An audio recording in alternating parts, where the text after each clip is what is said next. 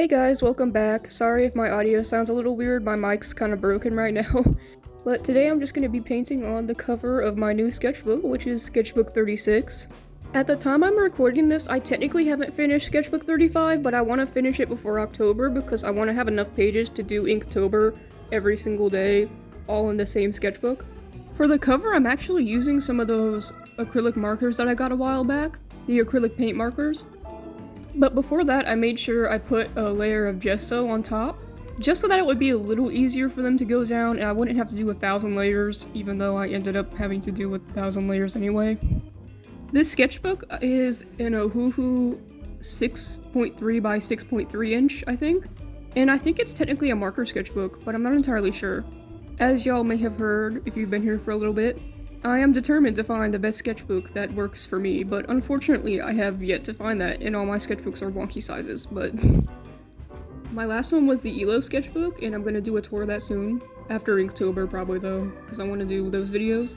And I did really like that sketchbook, but it was a little too big for me. I kind of like something just a bit smaller. Now, throughout this process, I was using a modern, high-tech drawing technique, which is why I was able to do this all in one day.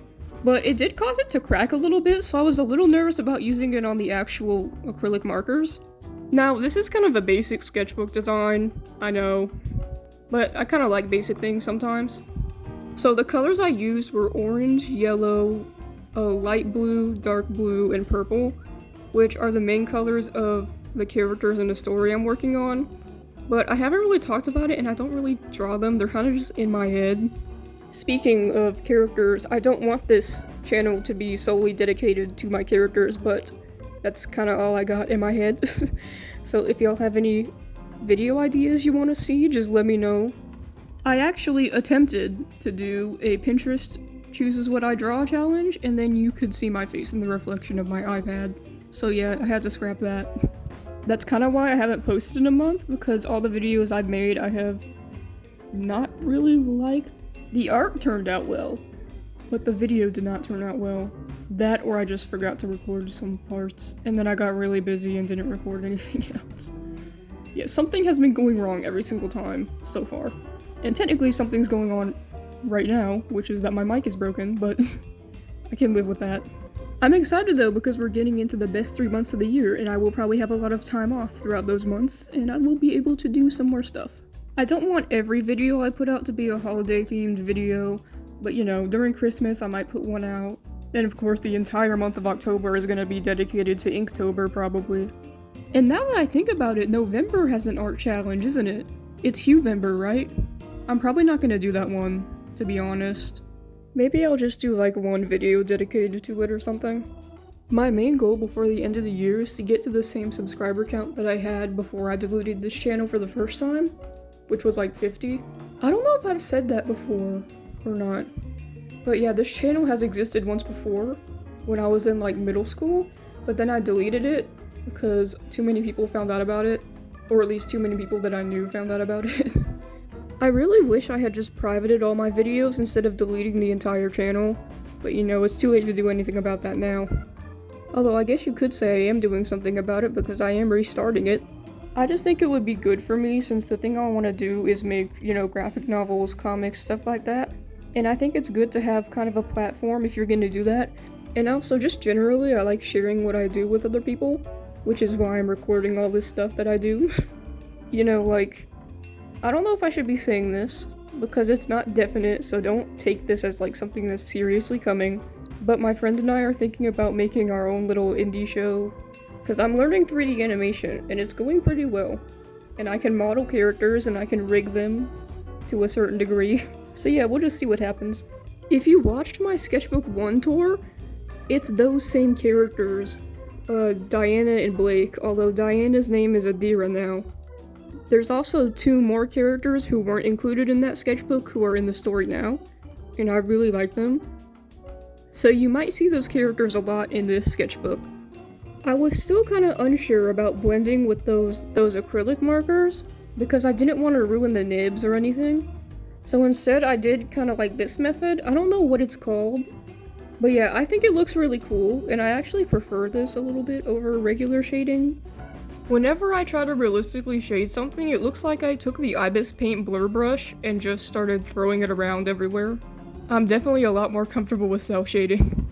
One thing about these paint markers is that the lighter colors are really hit or miss, because some of these colors are actually really good and they go over well and you only need like 1 or 2 coats, and others I had to do like 20 before I actually got it good. Like that yellow and that light blue specifically. Another thing that bothered me, which isn't the marker's fault at all, and it's not my fault either, it's kind of just how this is gonna work out, was when I actually opened the sketchbook after it had completely dried. This happened to the little edge where it creases. I had a feeling that would happen, but it's still a little disappointing. I definitely still like how it turned out though, and I didn't put this in the video, but I actually added the actual word Sketchbook 36 right under, and on the back I added something too, which you'll see near the end. And that's pretty much all I did for the cover. I haven't actually painted a sketchbook cover in a really long time. Usually I just put stickers on it, so this was a fun thing to do. I might do it to my next one too, but then again I do have a ton of stickers that need to be used. We'll get there when we get there, I guess. Now of course y'all know I had to test the paper because I use alcohol markers and those bleed very easily. Also, this page is kind of like a bear with me thing, I promise you it gets better. But I was putting down all this marker, and as you can clearly see, it was a lot of marker ink. And at this point, I had put that little page under there just so that it wouldn't bleed through and I wouldn't ruin the other pages. But I actually did one page before this, and I tore it out because I really just didn't like it, and no, I'm not afraid to tear pages out of my sketchbook. Especially not when it's literally just a circle. But I tore it out, and I threw it away, and then I looked on the back, and I realized there was no marker bleed through whatsoever. So I looked on the back of this page, and there was no bleed through. And I'm not just talking about, oh, the marker didn't bleed onto that other page that I had under the page. No. If I opened the sketchbook to the second page, you would not be able to tell that I had used marker on the previous one at all. There's nothing there. I've never seen this before. Even with the ELO sketchbook, you could see the marker from the other side of the page. This is, I don't know what's going on here. So far I'm gonna have to say that this sketchbook has some pretty good paper, because I've never seen that happen before. But moving on from that, this page that I'm working on is, as y'all know, the cover page of the month. Even though, yes, I realize it is not October yet, and yes, this video is coming out on September 29th. Today actually is September 29th. I need to get this up in like an hour or so. Yeah, I just haven't posted in like a month, so I wanted to get something out. And I wanted to do it before October started so that I could show that I had a new sketchbook before Inktober started. And so that I had a little bit of time to practice inking before Inktober starts officially, because I don't do it unless it's October.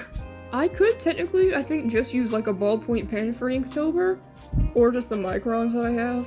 But when I was in middle school, one of my mom's co-workers got me a little ink set for my birthday. I'm honestly shocked that it still works. It's been forever. But it still does, so I'm just gonna be using that, and I really do like the pen that comes with it, but you'll see that when I start the Inktober videos, since y'all voted for the videos over the YouTube shorts. But for now, that's going to be all. I hope you guys enjoyed the video, and I'm sorry I have not posted in like a month. I'll definitely be more consistent in the last few months of the year, but for now, I hope you enjoyed watching. Bye!